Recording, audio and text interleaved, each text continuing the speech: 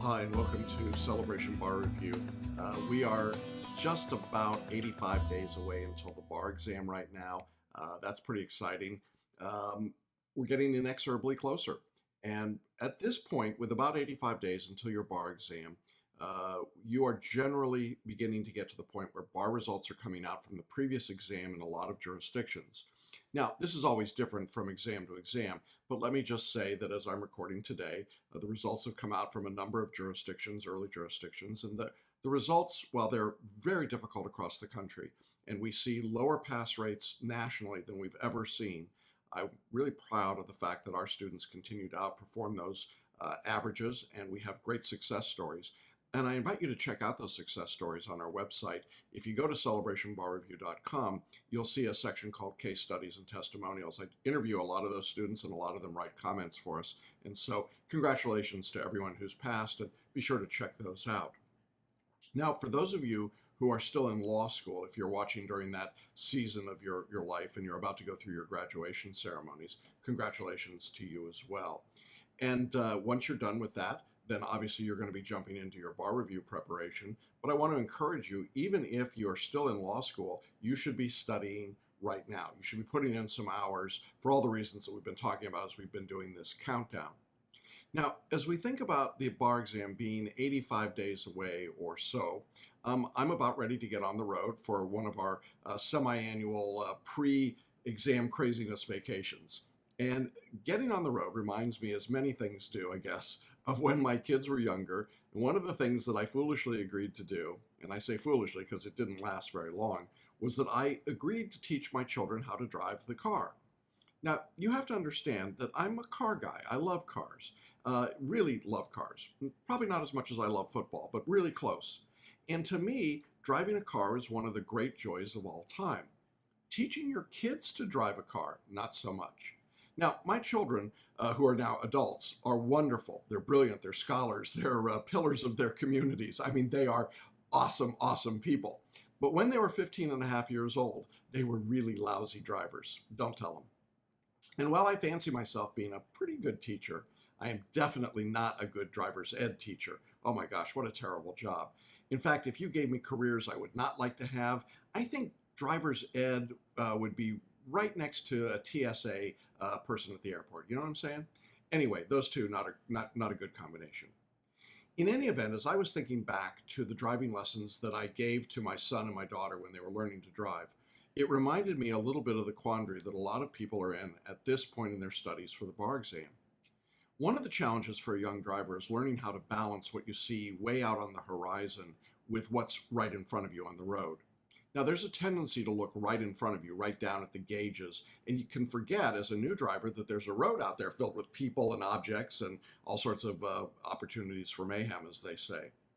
At the same time, when you say calmly and quietly, look ahead, look out there, or just look out because you're about to hit something, and suddenly they slam on the brakes. They forget everything that's up close. So it's an either-or proposition. Now, that's an interesting experience, and for those of you that have yet to have that thrill as a parent, let me just tell you two words: hire somebody. Okay. In any event, the quandary for a bar student is really very much the same, I think, because right now at this stage, you have to balance looking down the road 80-some days with what you're doing right now in your studies. And I tend to find that people vary at either end of the extremes here.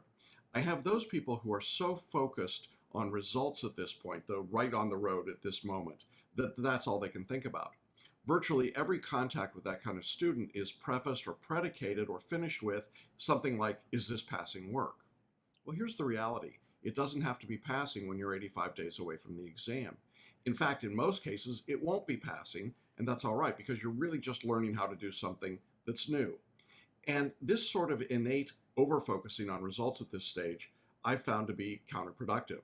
It won't help you. In fact, it's discouraging when you hear or you realize that your work may not be passing. And if you expect it to be that way today, then that's really going to be discouraging for you. So there's no real reason to expect that level of quality right now.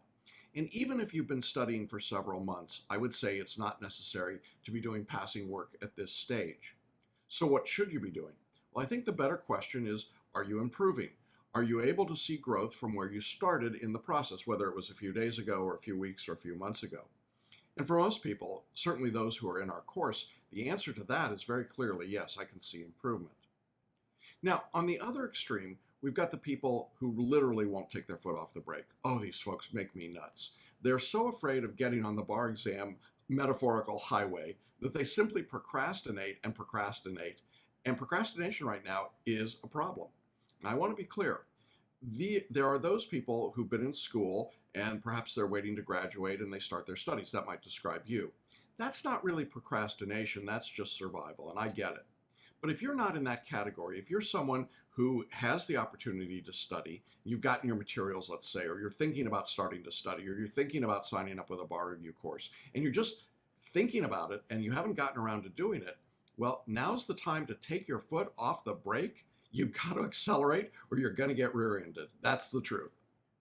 And if you don't do that, you're not going to be giving yourself enough time to get through the body of material. Look, it takes about 300 hours to prepare for the bar exam.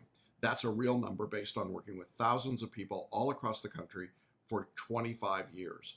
When somebody tells you 600 hours, that's nuts. If somebody tells you 50 or 100 hours, that's also nuts. Don't believe that.